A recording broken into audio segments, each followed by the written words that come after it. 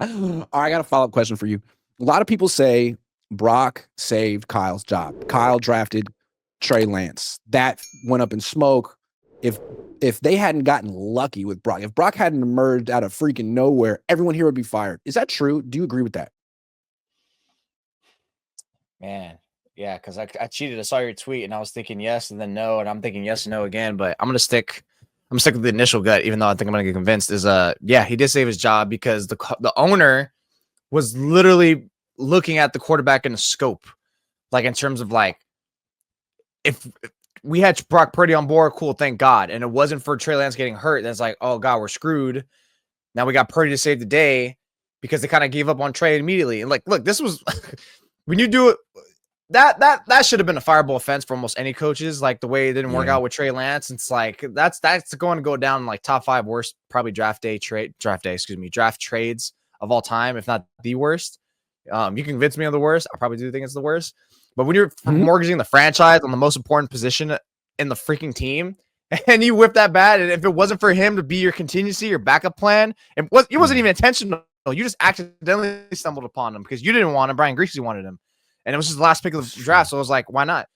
Yeah, Brock Purdy saved his job, or at least he salvaged it from like getting to a point where he was going to really be on the hot seat. Because again, we're talking about the most important position here. Without Trey Lance, then we were stuck with him. You're still stuck with Trey Lance, who's just like kind of injury prone, kind of like, what do we have here? And then you're just scavenging for quarterbacks, or how are you gonna be Kyle? Like, hey, you're gonna go convince York? Yeah, I know Trey's not good, but Kirk Cousins out there. You lost your chance on me convincing me on a quarterback. You wanted Jimmy, you wanted these guys. Like You've lost me. You've lost me. Now I can't. So there, okay, you're going in and out a little bit, but I think you're going to come back. Here's what I look at though. Like, yes, technically Brock. I mean, you might convince me. Maybe Brock saved his job. The way it played out, it seems like it because the Trey stuff. You hear me? So like, what if the Niners had never traded for Christian McCaffrey? Let's take that as a variable. Kyle decides he's not worth it. He's too injury prone, and Jed decides he's too expensive. The season plays out the same way. Trey gets hurt. Jimmy gets hurt, and Brock eventually starts in November or whatever it is without Christian. Does he go on that run? Do they make the playoffs? I mean, does Kyle keep his job? I mean, you could argue maybe that it was the Christian trade, that once they traded for Christian, all of a sudden Jimmy started winning. Brock went on a winning streak. I don't know if Lance could have done it, but maybe Darnold would have won a lot in 2023. I mean, once they got Christian, it seemed like a lot of quarterbacks could succeed in this team, at least for a year, while Christian was good. Get started at factormeals.com/Cohn50off and use code Cohn50off to get 50% off plus free shipping on your first box. Maybe I still have it in my notes somewhere on my phone, but I remember actually that point being a thing, like who was more beneficial to the 49ers in 2022? Was it Brock Purdy or was it Christian McCaffrey? And I remember like me and you, like when we were streaming back then, we kept talking about like, dude, what's up with this offense? Like it was after that Atlanta loss, like they don't have options. It's like, yeah, because Kyle doesn't have his ace in the hole, which Deebo Samuel, and teams are selling out to stop him. And now without him, it's like, now what? You have a limited quarterback in Jimmy who one read, you have nothing. So what are you doing here? What are you doing? And then they traded for McCaffrey, and all of a sudden the offense did great again. But when Brock Purdy got installed, I think Jimmy played about like almost 5 games with Christian McCaffrey. And then when Brock went in there, just regular season alone, I remember I'm pretty sure I took away the playoff games. They were averaging a touchdown more with Brock, with McCaffrey in the same amount of games that Jimmy did. So that's why, like, and for me, like, I'm a big, like, you use all your yards, whatever the hell you want to say. I'm looking at points. The point of the game is to score freaking points. And when Brock Purdy was on there, he got the most out of that talent. Now, maybe you could say it's still a proponent of McCaffrey, sure. But when you get, that just shows you when you got Purdy in there, it's like, okay, now all of a sudden, now all the talents are getting maximized because he's optimizing everyone.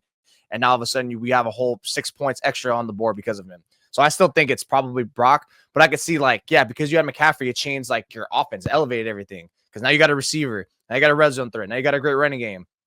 And plus, I think even to a degree last year, there was times where without McCaffrey, like, it was like, look, the offense is pretty fine, especially running wise. Like, Jordan Mason was there was fine. Where he was really missed was like the passing game in the red zone, right? Yep. But I just think those are moments where Brock was just underperforming and they just weren't executing as well. And sometimes the block, like, things just didn't come together. So as much as like it stung not having McCaffrey, and of course that would have been a way better offense with him, I just think like after seeing last year, like, look, the thing is they were fine as an offense. They just weren't getting the freaking ball to the goal line. They weren't getting it there. They were fine. I feel like they go back to 2022. You were just talking about it. Christian wasn't there yet. They lost to Atlanta. They were 3-3. Debo wasn't having the same impact that he had in 2021. He wasn't just carrying them to wins. And they were like kind of a disjointed, mediocre team. They trade for Christian McCaffrey, take off. Then 2 years later, McCaffrey's hurt. And they have this disjointed, mediocre season where they have their moments, but they're basically not that great. I feel like the team they were in early 2022 and the team they were in 2024, a lot of different players, but kind of a similar end result. Like Brock couldn't elevate that mediocre team last year. And I don't know if he could have elevated the 2022 team if Christian weren't there. I feel like that's my final take, is that when we look back on the Christian McCaffrey era, if it's over, we'll see if he bounces back this year. Like, he really was, for a year and a half, playing at like a Hall of Fame level. He was special. He really was special. He was special.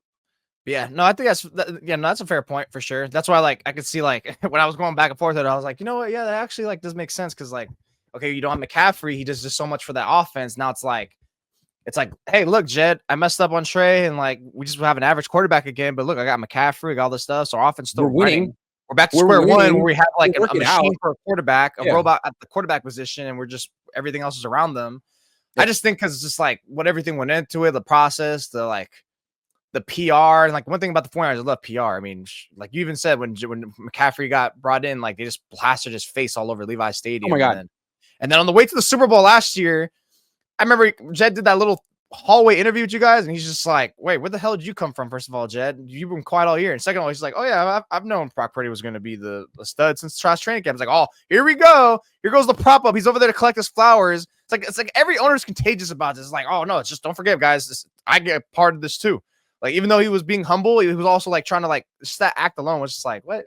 Like, come on, bro. Like, get out of here. If I were Christian, I would look around the locker room, the sideline, and I'd look at people and be like, I got you paid.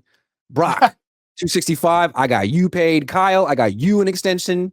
A lot. Ayuk, $30 million a year. You're welcome. One-on-one. Where you get those one-on-one matchups from? Your boy. Say thank you. That's how I'd feel if I was Christian, man. Like, I'm over here getting paid peanuts because I'm a freaking running back when I'm objectively the most valuable player on this team, and I got all you guys paid. And now I'm hurt, and my career is looking like it could be over soon because I'm a running back. Sucks. It's the way it goes. Sorry. Like, he had an ability to make teammates better in ways I haven't seen running backs. His ability as a receiver made things, great player.